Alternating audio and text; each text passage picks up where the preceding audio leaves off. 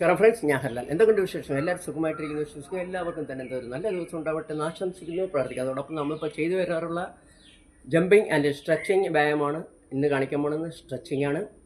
അപ്പോൾ ഏതൊരു വ്യായാമം ചെയ്യുന്ന മുമ്പ് നിങ്ങൾ റണ്ണിങ് അല്ലെങ്കിൽ വാക്കിംഗ് ചെയ്തതിന് ശേഷമായിരിക്കണം ഈ എക്സസൈസ് അല്ലെങ്കിൽ സ്ട്രെച്ചിങ് അല്ലെങ്കിൽ ജമ്പിങ് എക്സസൈസ് ചെയ്യണം. ഇന്ന് കാണിക്കാൻ പോകുന്നത് സ്ട്രെച്ചിങ് ആണ്.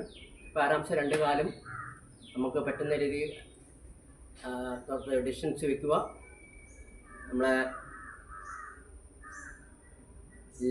റൈറ്റ് ഹാൻഡ് നേരെ നമ്മൾ റൈറ്റ് കാലിൻ്റെ കീഴ് ടച്ച് ചെയ്യുക. ഞാൻ കാണിക്കാം, നോക്കുക.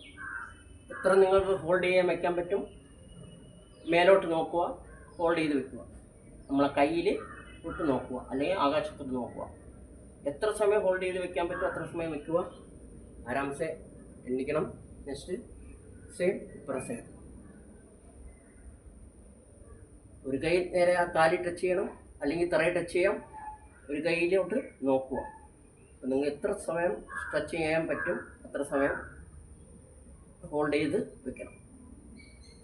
ഓരോരുത്തർക്ക് പറ്റുന്ന രീതിയിൽ എത്ര വേണം. ചിലവർക്ക് ചെറിയ സമയം പറ്റത്തുള്ളൂ, കുറച്ച് പേര് ശരിക്കും സമയം പറ്റും. ഓക്കെ, പറ്റുന്ന രീതിയിൽ വയ്ക്കുക. ഓക്കെ, മനസ്സിലായല്ലോ?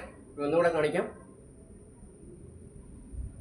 നമ്മൾ മേലോട്ട് നോക്കുക. എത്ര സമയം വയ്ക്കുന്നത് പ്രോപ്പറായിട്ട് ഒരു 2 സെക്കൻഡ് ചെയ്താൽ കൂടി അത് പ്രോപ്പറായിട്ട് ചെയ്യാം.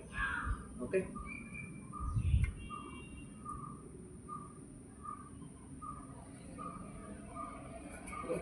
നെക്സ്റ്റ് കാണിക്കുമ്പോൾ വ്യായാമം നേരെ നമ്മൾ നിന്നിട്ട് സ്ട്രെയിൻ ചെയ്യും. അങ്ങനെ ഹോൾഡിങ് നമ്മൾ സെയിം ബാക്ക് സൈഡ് നോക്കാൻ ട്രൈ ചെയ്യുക. നമ്മൾ എങ്ങനെ നിന്ന് അതിൻ്റെ ബാക്ക് സൈഡ് നോക്കാൻ ട്രൈ ചെയ്യുക. 2 കൈയും ഹോൾഡ് ചെയ്ത് വയ്ക്കുക. എത്ര സമയം ഹോൾഡ് ചെയ്താൽ വയ്ക്കുക അത്ര സമയം ഹോൾഡ് ചെയ്ത് വയ്ക്കുക. എന്നുവെച്ചാൽ നമ്മളിങ്ങനെ നിന്നിട്ട് സെയിം ടേൺ ചെയ്യുക, ഹോൾഡ് ചെയ്ത് വയ്ക്കുക. ഓക്കെ, ടേൺ ചെയ്യുക, ഹോൾഡ് ചെയ്ത് വയ്ക്കുക, ടേൺ ചെയ്യുക, ഹോൾഡ് ചെയ്ത് വയ്ക്കുക. അപ്പോൾ ഈ 2 വ്യായാമമാണ് ഇന്ന് കാണിച്ചിരിക്കുന്നത്. അപ്പോൾ വീണ്ടും അടുത്തൊരു വീഡിയോ ആയിട്ട് വീണ്ടും വരാം. അതുവരെ എല്ലാവർക്കും വീണ്ടും നമസ്കാരം.